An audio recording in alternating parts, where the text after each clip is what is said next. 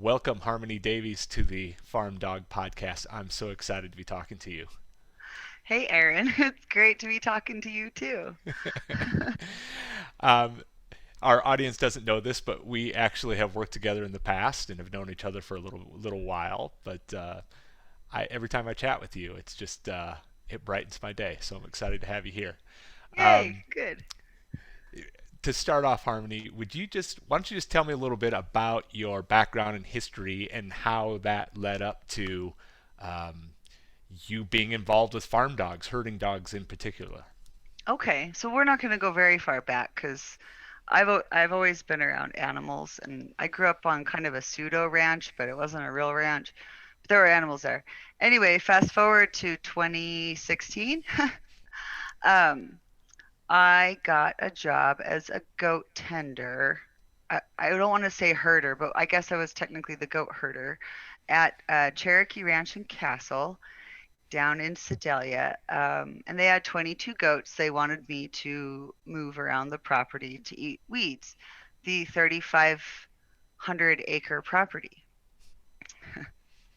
And so I did that for a while. I did not have a dog. I had a bucket of peanuts, and that worked okay. I did at that time have two livestock guardian dogs. Those two dogs were Great Pyrenees, and the castle procured them as rescues.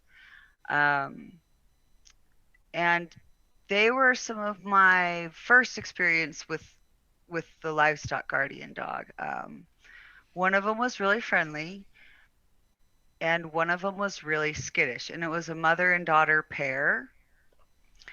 And it was really hard to move the goats because if the one skittish one got out, she just would just run, or you could never catch her. So, um, anyway, that was my first experience. And then onward, I met another goat herder who was a professional in commercial grazing, and she had 1,400 goats, one livestock guardian dog, and about eight border collies. Um, so then I got to learn the border collie and the value of the border collie and working with lots of different ones. And then in 2017, late 2017, well, maybe early, I got my own uh, border collie herding dog. He's a mix. And last year, I got to get my own Colorado mountain dogs. So that's like the long and short, and we can go back and talk about all of those segments. But Yeah. I've had since 2016 a lot of dog experience and exposure. Yeah, so it's been a bit of a crash course then. Did you have pets growing up? Yeah, we had like dogs. We didn't have where I grew up in southern Utah. We had goats for milking. We had chickens, lots of dogs that were pets, and of course cats. Um, and so I grew up around a lot of animals that way. We did have a horse too out there. Um, and kind of, I guess, always just felt like we understood each other. Um, so I've always kind of enjoyed jobs where I had to work with animals. I worked for Colorado Humane Society back in 2000. It wasn't very long, like probably 6 or 7 months, because that's a really hard job that doesn't pay very much. Um, so yeah, I've always kind of been around dogs, but not livestock guardian dogs per se, and definitely not border collies. And I've not had them in the capacity where they were really the tools of your job. Okay. Okay, that really helps. Actually, one of the reasons I'm excited to talk with you is because you and I are in a similar situation where we kind of came to be working with livestock later in life. We didn't grow up on farms, and yet we've kind of stumbled into positions where we both see the value of working farm dogs. And um, so I think that just gives you a unique perspective, a very recent and fresh perspective on working dogs. And so before we go on, then, one of the things I've been trying to ask our guests is, with your of all your experience with these working dogs, do you have a favorite dog? a favorite farm dog or a favorite farm dog memory. Doesn't have to be your dog. Doesn't just anyone you've come in contact with. Um, Well, I was gonna say, yeah, my dog. Um, yeah. my border collie, well, as we like, he's not a border collie. He is what I believe to be a McNab shepherd. Um, and so that's a mix between a border collie and an Australian cattle dog. So, a designer breed. But he's been like the best dog I've ever had in my life.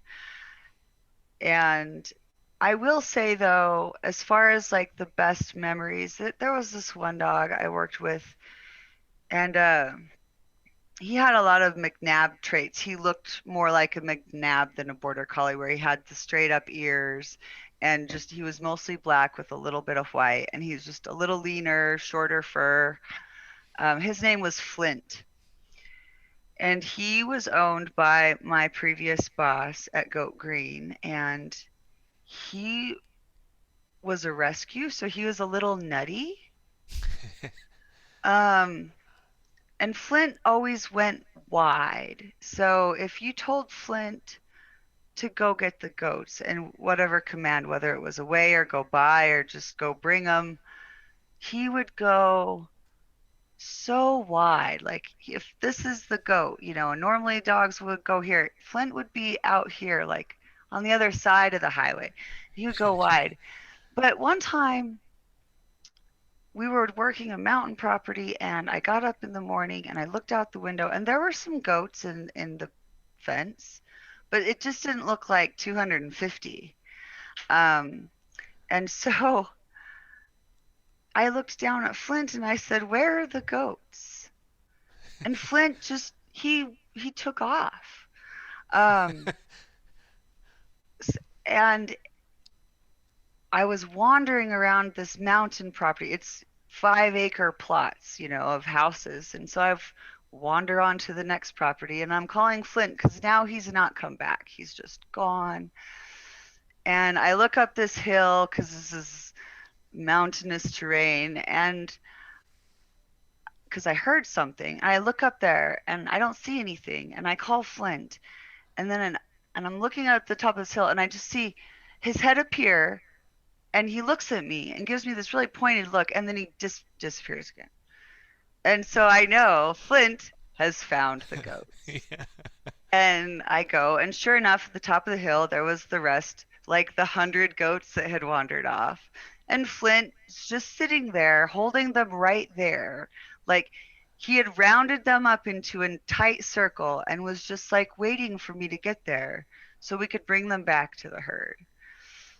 And it was the coolest experience ever. And I've never just had a dog be like, "Oh yeah, they're over here. Come on, lady," and Yeah, right, right. Now, was it commonplace for Flint to impress you, or was this maybe just a particularly good day for Flint?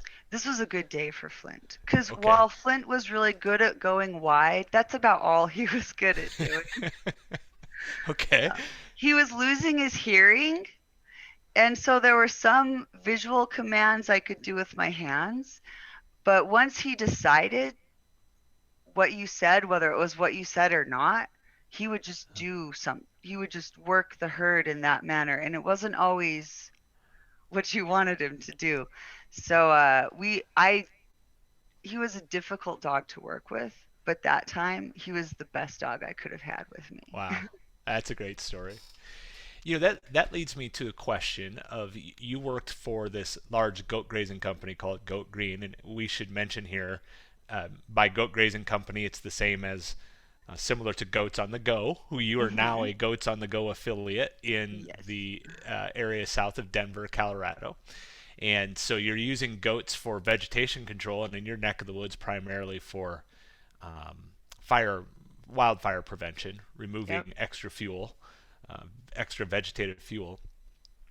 So you are in a position where you're not only working with literally hundreds of goats, but also a variety of dogs. And they were all border collies, correct? Except maybe some McNab.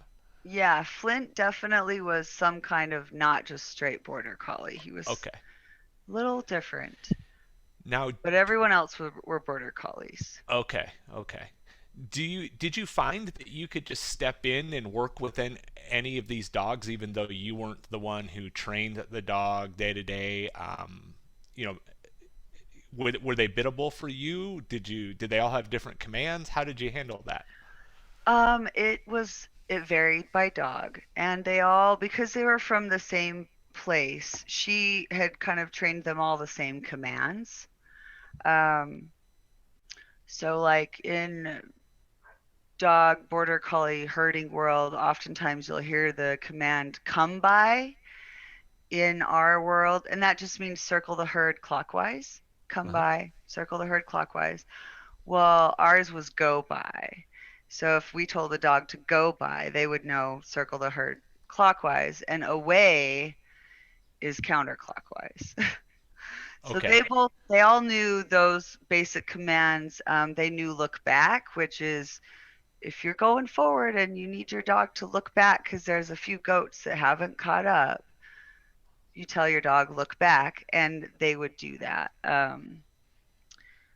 But yeah, they all pretty much do the same commands, and they all mostly lived with our boss. And then during the summer, she would kind of dole them out to herders who didn't have their own dog. So I was one of those that did not have. I had a bucket of peanuts.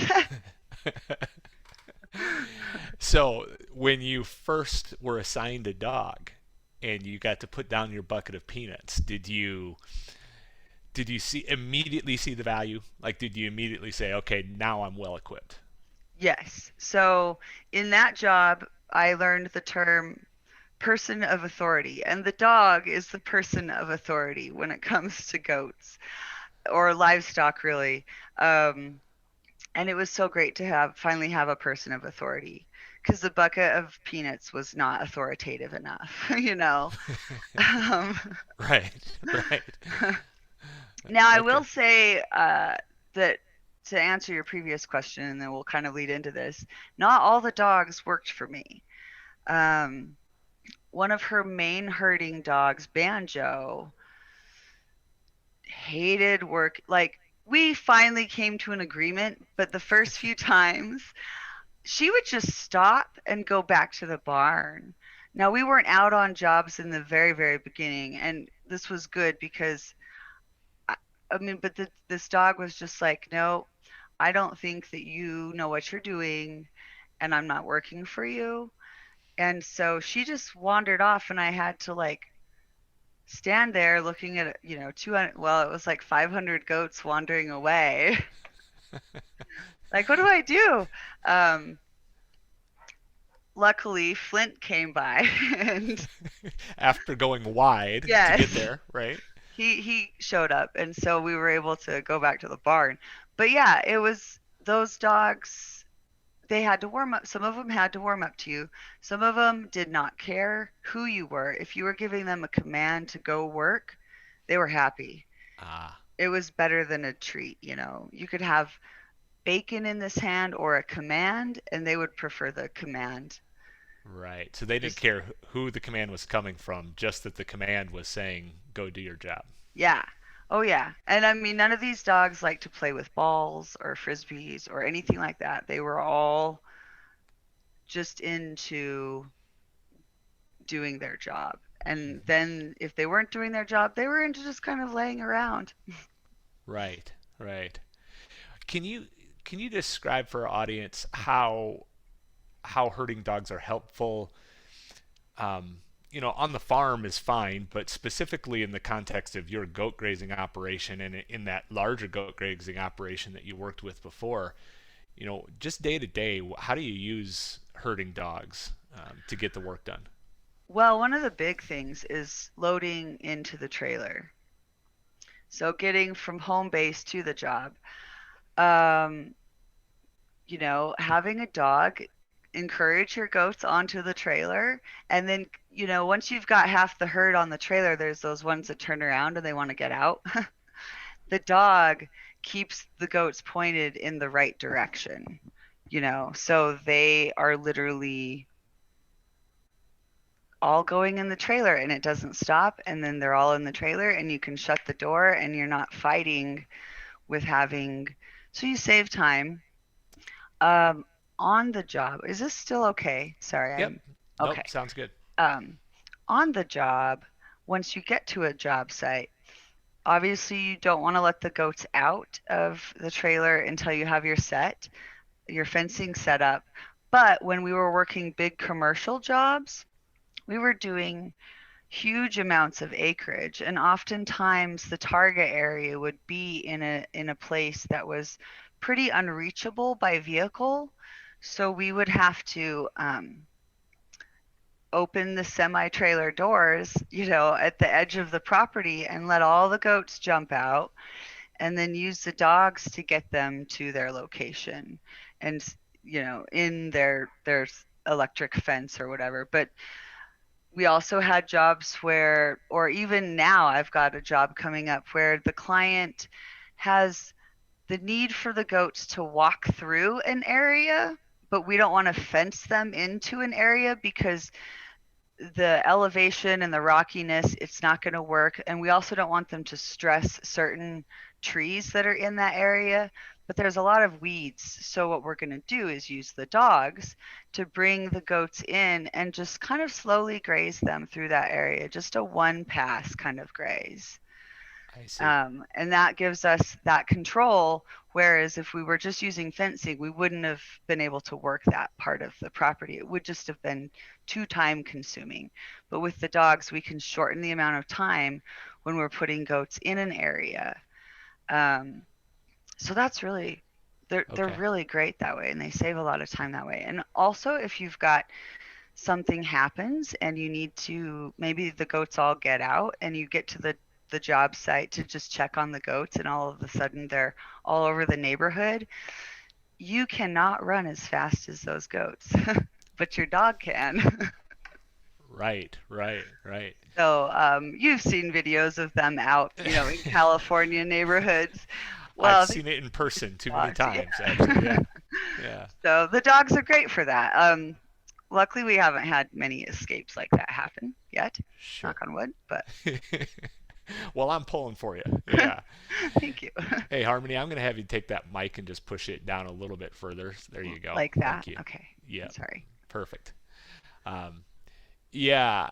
So, we've over the years we've gotten so used to working without a dog in our goat grazing operation. We just, um, we put the goats in a certain enclosure, and we always are using portable electric fencing um, to create. They're always inside fences. Even if we're Hmm. moving them from this paddock over to that paddock, and there's a long gap in between, we're typically setting up a long alley with fences on either side, and it takes extra work and that sort of thing. And we've just gotten so used to it that I've had moments where I've convinced myself I don't need a dog.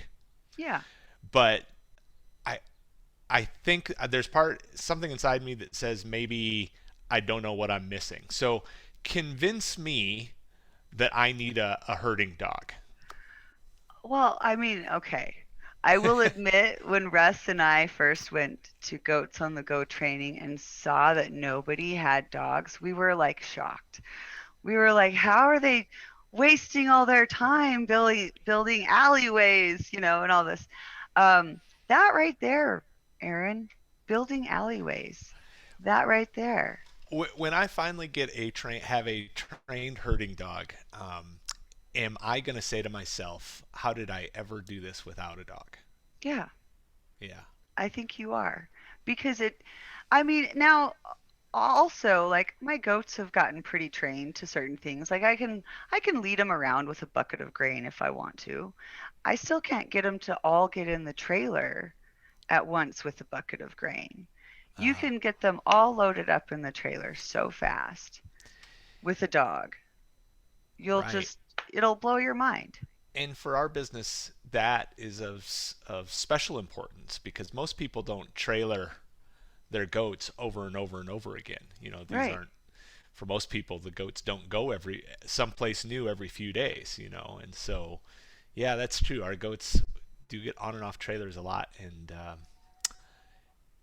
yeah, I've just become so used to over the years using other methods You've of got the plastic bag on the end of the stick. We've all got the different things that right, we would use right. to poke and prod the goats, Yeah. and they're trainable, so we can trade them to all get in the trailer maybe. But the dog just adds that little bit of extra encouragement.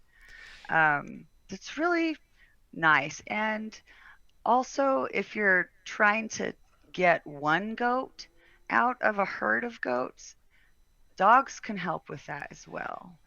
Okay, explain that to me a little bit because does does the dog just kind of look at your body movements and the direction of your eyes are pointing and quickly zero in on the goat that you're after? I mean, is there this kind Yes. of this Basically, ESP between you and the dog, or how's that hmm work? so first of all, whenever you're going after a goat, the goat knows, right?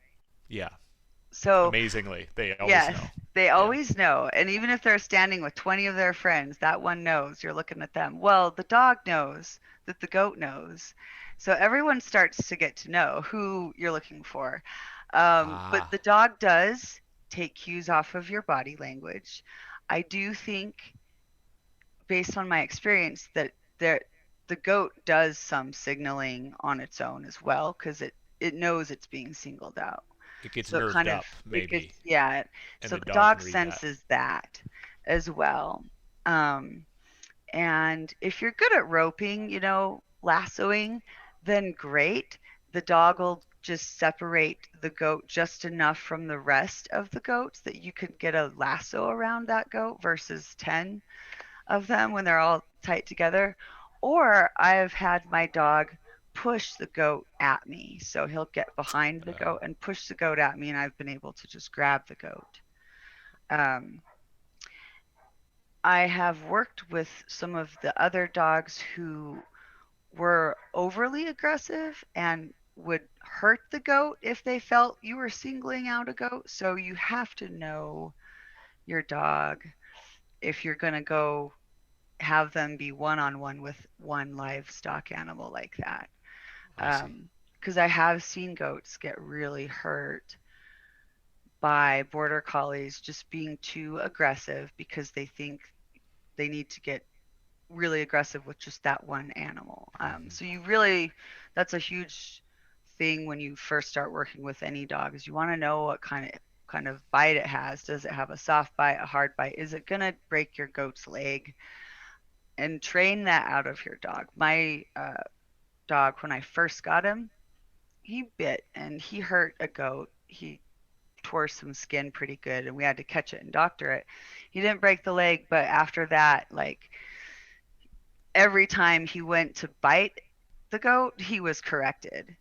And because border collies are really sensitive to how you feel about them, they don't like getting corrections. You'll find there's one, my dog, if I make a just a ah sound, he knows that that's not what I want him to do, and he'll stop immediately.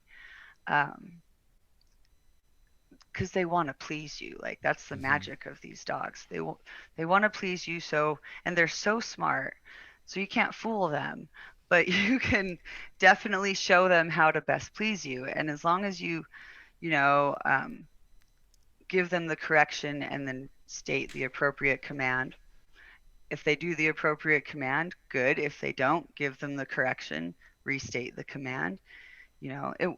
It'll sink in and they get it. And my dog now, I don't worry, he doesn't go for the goat's legs. He will still nip at them if they challenge him. Like if a goat turns around like, "Oh, I'm not going to go where you say. I'm going to fight with you instead." He'll let them know who's boss Hmm. just by going in and charging them and giving them like a scare with a good nip, but he doesn't break skin. Right now they're so fluffy that he doesn't. They probably don't even really. But yeah. Well, one of the things that I'm a little concerned about, and this may be nonsense, so just tell me if this is nonsense, but I'm a little concerned that if I get a herding dog, that I may not have enough work for them to do. That there just aren't. I think about how many tasks I have to do, and I think, well, the dog could come in handy for that, but that's only maybe once a week or once every couple of weeks, or it'd be okay for that. That would really help. but I worry about giving it a job every day. Do you find that you have to sometimes make up some work for your dog just to keep them engaged and their minds busy? Or do you, once I have a good herding dog, will I just think of all of a sudden all sorts of things will be revealed that I need the dog to do? Well, it's so when we worked for the big operation, we were off during the winter. So I would go back to the city with my dog and hang out for 4 months, until it was time to go work again. And I did take him to parks and have him herd geese. um, because I felt like he was bored. He handled it really well. I think different border collies are going to handle that differently. I think if you're at a place like on a farm, there there are jobs for them to do and they will find jobs. Like my dog, we got a Colorado Mountain Dog puppy, a livestock guardian dog, Mm-hmm. and my dog trained the puppy how to play. Unfortunately, I think he kind of trained him how to herd a little bit too. So he cut the puppy. The giant dog now sometimes will try and herd the goats and then just like fall on the ground all ridiculous. But Pluto and Bones, Russ's dog, like the two dogs of our operation, they have a lot of downtime. And sometimes they're just sitting out in the field, like waiting to do something. And I think that's okay. I think as long as they're not stuck in a crate in an apartment somewhere. Um, and if you've got chickens or anything like that, they're going to help you put your chickens in at night. There's daily chores. That dog will be there doing its own kind of reconnaissance and business as you're doing your daily chores. It'll probably keep an eye on making sure the goats are still in their pen. I mean, our Mm-hmm. dogs do that periodically. We'll be working on a building or some other structure on the farm, and the dogs will just go out and they'll circle the goats, in their pen and then come back like, oh, yeah, it's still fine. They're all in there. Um, so I don't know. I don't have a really super professional opinion. I know border collies definitely need to be kept busy, but I also know these dogs also are good at just chilling out Mm-hmm. and not working all the time. Like they don't have to necessarily be working 24/7. I'm Okay. sure they would love to be working 24/7. Right, right. But the work that we would like them to do, the stuff we define as work, is play to them. So other kinds of play have the same impact for them, Right. circling the pen once or twice to make sure the goats are still in, or chasing Yeah. some ducks or herding some ducks around. Just anything that kind of gives them a sense of purpose. Those Yeah. dogs want to know that they are doing the job doing the job good. Do So they do they find it? I'm gonna ask you to get inside your border collies or your McNab's brain here a little bit. Do they find it satisfactory to train? Is training work to them, or do they feel like this is just kind of a lame substitute for actually getting out there and doing the work? so that's funny because my old business partner, who's deceased now, she was a dog trainer and she would line up her border collies on little leads in the shade outside the sheep pen and bring one in at a time, and they would each get two turns, and we would go through like four dogs usually. And I know the dogs, they didn't really appreciate not being in the pen. Like they didn't necessarily like having to sit out and watch another dog do all the fun stuff. Um, but the training part, once they were in there doing the work, whether they were training and learning or out in the field, they still seemed to have the same enthusiasm Mm-hmm. and the same, just like, this is great. I love this. Um, Even with Russ's dog, Bones, he did agility training first.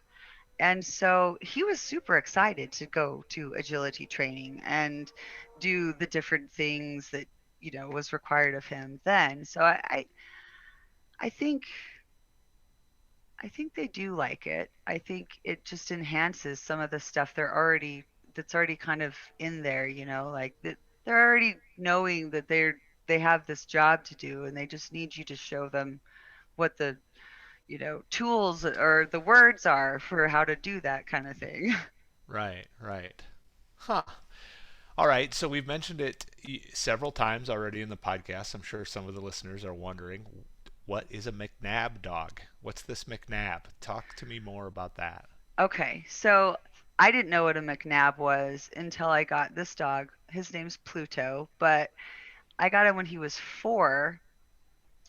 My boss just brought him back randomly from California. And or was it? Yeah, it was. So she's like, I went to this job or this giant goat operation, and there was like 20 dogs running around, and they gave me 2 dogs. I'm gonna give you. She sold me this dog for $600. It came out of my paycheck, but um, when I met my former business partner, Debbie, who was the dog trainer, we had uh, worked with her to maybe train us and the herders and their dogs better on our jobs, how we're working together. Well, she saw my dog and said, "That's a McNab." I thought he was just a mutt. So I said, "What's a McNab?" A McNab is a breed that came about, I want to say, around 1950, but it could have been as early as the 30s in California, where there was lots and lots of sheep and different livestock. The heat was a factor, and so they wanted a dog that had the stamina of the Australian cattle dog, but the smarts and kind of gentleness of the border collie. So they designed a breed called the McNab, and I think that's actually a guy's name, um, which is just the border collie mixed with an Australian cattle dog. So you've kind of got you've moved like with your genetic, mixing of those two, you've got the soft mouth of the border collie instead of the hard mouth of the cattle dog, short fur of the cattle dog and the hardiness of the cattle dog, but the more temperament of the border collie is kind of how that breed worked out. So Mm-hmm. they're Well, really cool. and I find that fascinating. I think one of the cool things about the development of some of these farm dog breeds, these working dog breeds, is that it is really utilitarian.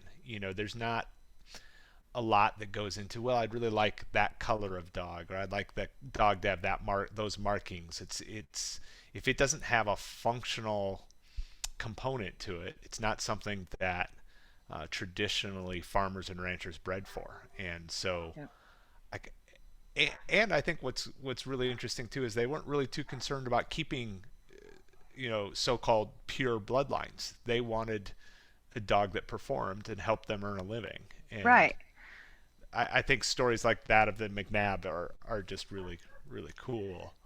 Yeah. Well, and I feel like part of the reason my dog to me is he's just so good. He's not super high strung. I've several of the border collies I've worked with have been kind of high strung. They don't have an off switch. Whereas my dog, he has an off switch. Thank goodness. He can, chilled out, lie down and chill out, and he's not just waiting for the next command, because Sure. some of those border collies, like Debbie had one who she told her to lie down and stay while they were doing some work. We brought the sheep back to the barn, and an hour later we realized that the dog was still stayed in the field where she had been told to lie down and stay, and she just stayed Oh my there the whole goodness. time. Such a good dog, and you want a good stay, you want a good sit stay, but that was almost a little too good of a sit stay. Right, right. Like an hour later, my dog, I have to say, he would sit stay for as long as it seemed necessary, and there were goats and things. And then once all the humans disappeared, he would come find out what was going on. Sure. Uh, um, What I know you're working with a pretty small sample size here. You know, it's not like you've had 30 McNabs and 30 Border Collies, but what would you say? Is there anything distinct about the working style of the McNab versus the Border Collie, or do they work in much the same style? I would say it's pretty much the same style. I think, and with my dog, it took me a while to he didn't know English when I got him. He had been raised by the Peruvian migrant workers. Um, so we didn't know any of his commands other than they told me that suit meant get in the truck. So that's his, and I don't even know what I'm saying. I just make this suit sound and he gets in the truck. So you know if you said it right based on whether he gets in the truck or not. Yeah. Yeah. And so Okay. now like I feel like I've got it down. It's been a few years, but um I would say the only difference is there are the border collies in general just have an extreme need to work like so hard. And so they're compared to my dog,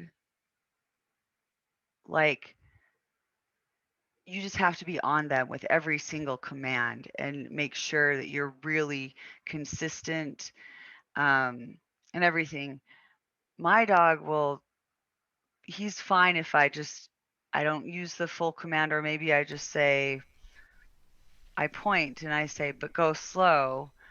He'll just kind of creep around the goats versus bolting around the goats every single time, regardless of what you know. So there's a little bit, he has a little bit more of that. I don't know. He can hold himself back a little bit. Yeah. Okay. I and I it's a small sample size, so I don't know. I can't say I'm speaking for all McNabs, but finding a dog that is eager but just a little bit less eager Mhm. than the standard border collie, I think has made my life so much easier because I'm kind of a laid back person myself. Okay. Sure.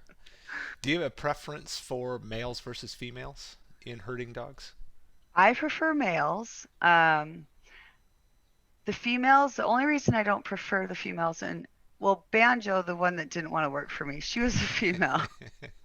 But her mom, Kit, who only had 3 legs, would often come and work for me, even though she was woefully like handicapped when it came to actually working the goat. She did pretty good though. But the thing about those girls was they are so very territorial and they can be very aggressive towards other dogs that they don't know. And we when I was working for the commercial company, that was really stressful because we were often in very public places where people were walking their dogs, and these dogs would constantly be charging the public, the girls. The boy dogs just kind of were like, oh, whatever, it's fine. And my dog, super friendly, he doesn't bark. The girls seemed, because they were more territorial, they barked a lot of other people, and so that's why I would go with a male. I wouldn't say they didn't work any better or not. Like I think in some ways they probably worked a little better other Mhm. than having they could be more focused when it was time to work the herd. You know, neutered males are more focused as well than unneutered males. But yeah, Yeah, I would not go with a female just because I don't like how they can just be so aggressive towards other I see. dogs. I see. Yeah. I feel a little bit like you were holding out on us at the beginning of the interview with your dog memory because we've since talked about uh, a dog that just returned to the barn and didn't listen to you, and a dog that has 3 legs. So I think you probably have lots of good farm dog stories if we talked for a couple hours. Oh, I mean, just tons. Okay, so I have a really good one, really quick. This was 2 days ago, and this is my Colorado Mountain Dog, my 2-year-old female who is notorious for running off. Like she cannot be outside the fence because she just leaves, she'll come back, but there's a highway right there, so I don't want her to be dead. So anyway, I the goats were in one pen. I was a little bit over the hill and slightly out of sight of them, building their next pen. And they were noisy because they saw me and they're like, "All right, let us out," So they were noisy and I wasn't paying much attention. And everyone seemed fine. Well, I'm building this fence and I come scrabbling up over the hill as I'm going up this cliff to try and put fence up. And I see Forrest, my Colorado mountain dog that should be inside the goat pen. She's running towards me. And I'm like, what the heck is happening? Are all the goats out? Well, she's crying. And so I grab her because she's running right at me and she rolls on her belly and she's like, Mom, Mom, making this kind of sad whiny noise. And I'm like, what's going on? Come on, let's get you back. So I start taking her back, and as we round the corner, I see there's a goat completely down, stuck in the fence. And Forrest jumped the fence over the poor goat to come get me. Instead of running off, she came and got me and told me to come save her goat. Wow. Yeah. Th- that's amazing. That is a good story. And so I think that at this point, having heard that story, people are dying to know, what is a Colorado Mountain Dog? I got to know more about this breed. Oh, see, me with all these weird breeds, right? um, I Colorado Mountain Dogs, I don't know where I heard about them. I think I had a friend or someone say like, "Oh, you should get a CMD." And I was like, "What is that?" It's a Colorado Mountain Dog. And I was like, "Okay." Well, it turns out they were started in Colorado, and I don't know all the details exactly, but they're basically a mix of three different guardian dog breeds, which is the Great Pyrenees, the Anatolian Shepherd, and the I want to say Marymount or Marymount. I will have to find out exactly how to say that, but it's three specific breeds of livestock guardian dogs combined into one Colorado Mountain Dog. So they're big, they're white, they look kind of like Great Pyrenees. I would say they're a little bigger. My female Forest, who's two, she's spayed. She's about 95 pounds, so she's average size. But Solomon, my puppy, he's 110 pounds.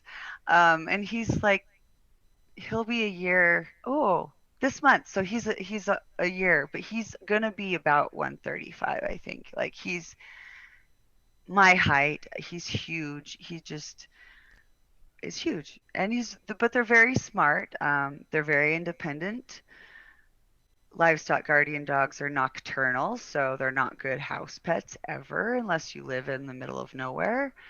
Um, what else about them? I've learned so much. Like they really he's interested in playing with Pluto, so he's interested in doing what Pluto's doing. So that dog kind of he'll get up the energy as large as he is to like run around and do stuff uh, and kind of herd the goats. But as he's grown, he's developed this relationship with the goats where he can just go up and like nuzzle them, and they are fine with it. Um, but then if he's kind of riled up, he'll go and like paw them and then get them riled up and then everyone starts running around.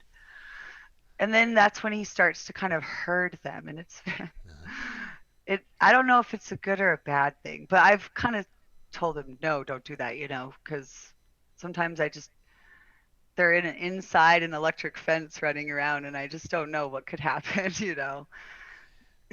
I uh, I am in my going into the second year of my livestock guardian dog experiment, and sometime in the future I'll talk more on the podcast about my livestock guardian dogs. But I also have a puppy who's about a year old, and I've had dogs, lots of dogs before, but I've never had a puppy brain in such a big body. It's an experience. Yes. It is kind of scary, isn't it? It's insanely cute and how floppy they are and they're so big and they just flop everywhere. But and my what I've been told is they'll be puppies for about 3 years, like two at the very least, is they're still being puppies and that's a lot of dog to have. in just that mind state for that long of a time. Yeah, right. What what do you know about the working style of the Colorado Mountain Dog? Generally the Great Pyrenees is viewed as a like a perimeter dog or a patrolling dog rather than a dog that sticks right with the animals. Of course, this all depends on the individual, but just generalizing for the breed, do you find that the Colorado Mountain Dog is more stick right with the herd or patrol the territory?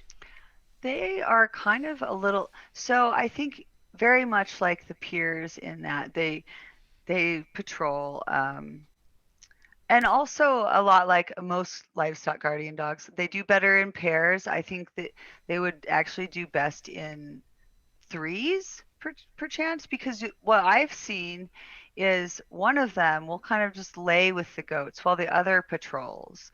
And oftentimes when one of them, usually Forrest, because she's the alpha, if she alerts and goes after something towards what she's alerting at, even if it's in a two roll set, like less than an acre fence, she'll run towards it. And Solomon will kind of stand with the goats until he understands what she's alerting at. And then he might go see, or he might just stay there. And I've seen them both kind of do that. So I do know that, like Pyrenees, I've read that the way they do is usually if there's three of them, two will do perimeter and one will usually stay, but not always, Forrest is a little interesting because before I got her, she was a guardian of chickens, and she will alert to any predator bird that flies over the goats. Nothing smaller than a raven. She knows ravens and crows aren't a threat, but anything bigger than that, she barks at it, and she'll lunge in the direction of the bird to like let them know it's not okay. Huh. But I think their working style is probably very similar to the peers. From what I can tell, I mean, obviously, I'm not observing them during their prime working time at night, you know, um, and because they don't have full run of the property, there is some limitations to what Sure. probably they normally would do. But I definitely know, just based on what happens when they're off leash and outside the pen, they are out there to do reconnaissance, and they have no recall the second they are got their noses on the ground doing reconnaissance, because they're trying to figure out who's been through here when, you know, um, and they can tell time frames based on scents. Most dogs can, but like their scent uh, structure in their nose is very similar to like hound dogs, whereas border collies don't have that much scent uh, going on in their nose. These dogs are just all about it. That's why they're great guardian dogs, because they can track stuff. They know what's coming and going and all of that. So yeah, Huh. but Well, that's fascinating. I'm excited to perhaps talk more about the Colorado Mountain Dog as a breed. Maybe somewhere in a future episode we'll just do a profile on that breed. That would be I know really the interesting. president to the Colorado Mountain Dog Association, and she would be happy to talk to you Oh, as that would well. be So amazing. That would be amazing. yeah. I think that after your description, some of our listeners would love to hear more. So, uh, just switching back briefly here as we kind of start to head out the door, um, I I'd like to talk a little bit more about herding dogs, and specifically, I am in the very slow process of researching, doing everything I need to do before I get a herding dog puppy. And I could ask you all sorts of questions about breeding and breeders and breeds and gender and type and all that sort of stuff. But what I'd really like, based on some of our past conversations, what I'd really like is to say to you, convince me, a bit of a do-it-yourselfer, that I need to pay a professional trainer. Oh man. Okay. Well, okay, man, you just do, because you don't know how much training you need. All right. So one of the things that blew my mind after working with several of these dogs with Goat Green and then finally getting my own dog, Pluto, and then taking him to this trainer lady, Debbie, um, she was yelling at me so much because here's what we don't know that we're doing to our dogs is we're putting undue stress on our working dogs without even knowing it based on our position and their position and the position of their livestock. So, what I was always doing to my dog, and I didn't know this, and this is why I think we work better now. Before it was really difficult. I would ask him to do something and then he wouldn't do it quite right and then I'd start yelling at him to do it more, And um so now what I know is when I ask him to do something, I have to back off, allow him to follow my command, and I know for me and him, the trainer was able to help me identify what positions are best for me and my dog based on the herd. So, is he a good pusher? Is he better at pushing the goats with me back behind him or with me leading the goats?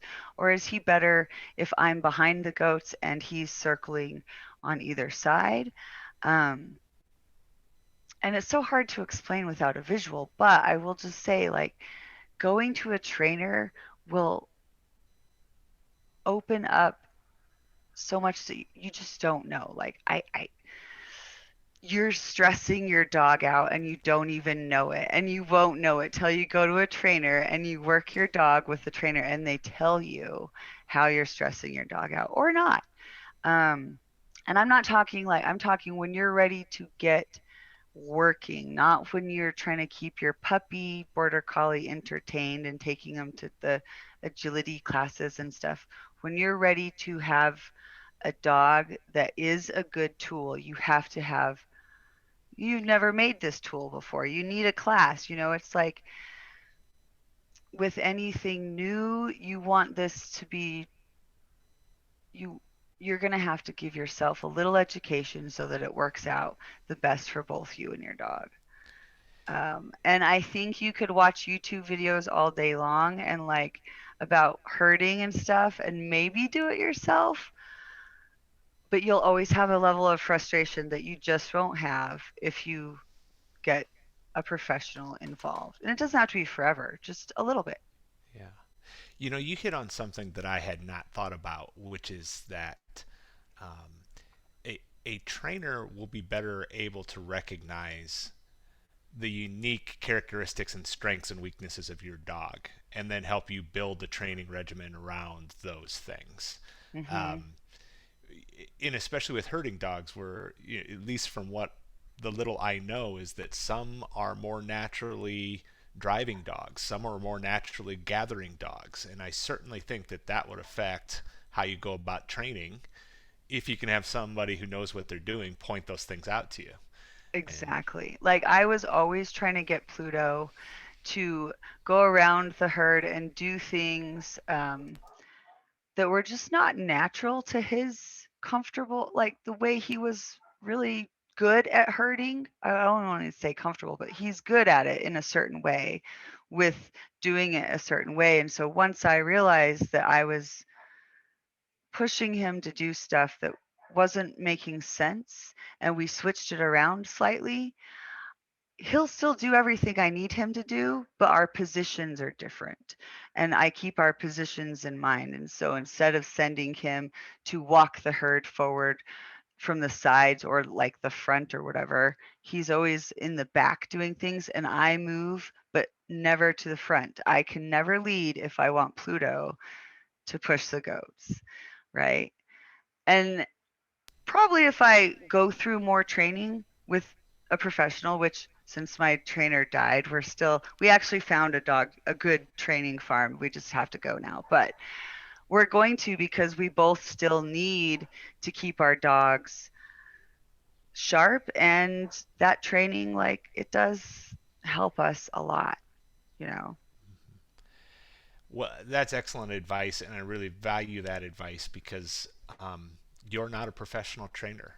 No. You have nothing to gain from telling me that, and so I appreciate the admonishment, really, because my Well, temptation is to want to, like, there's something about doing it myself that makes it a greater achievement if I can pull it off. man, I was really proud of myself for being a goat herder with not any official training for like the first 6 months, and then once got with the dog trainer, I was like, "Whoa, mind blown! I had no idea I could be this much cooler with this dog, and we could get along, and it would be so great." And yeah, she really helped me find the balance to where we work together. That's your strongest coworker right there is your dog. And man, it's a huge it'll make your life just so much easier to yeah, and I'm not a trainer, but man, I have benefited from that for sure.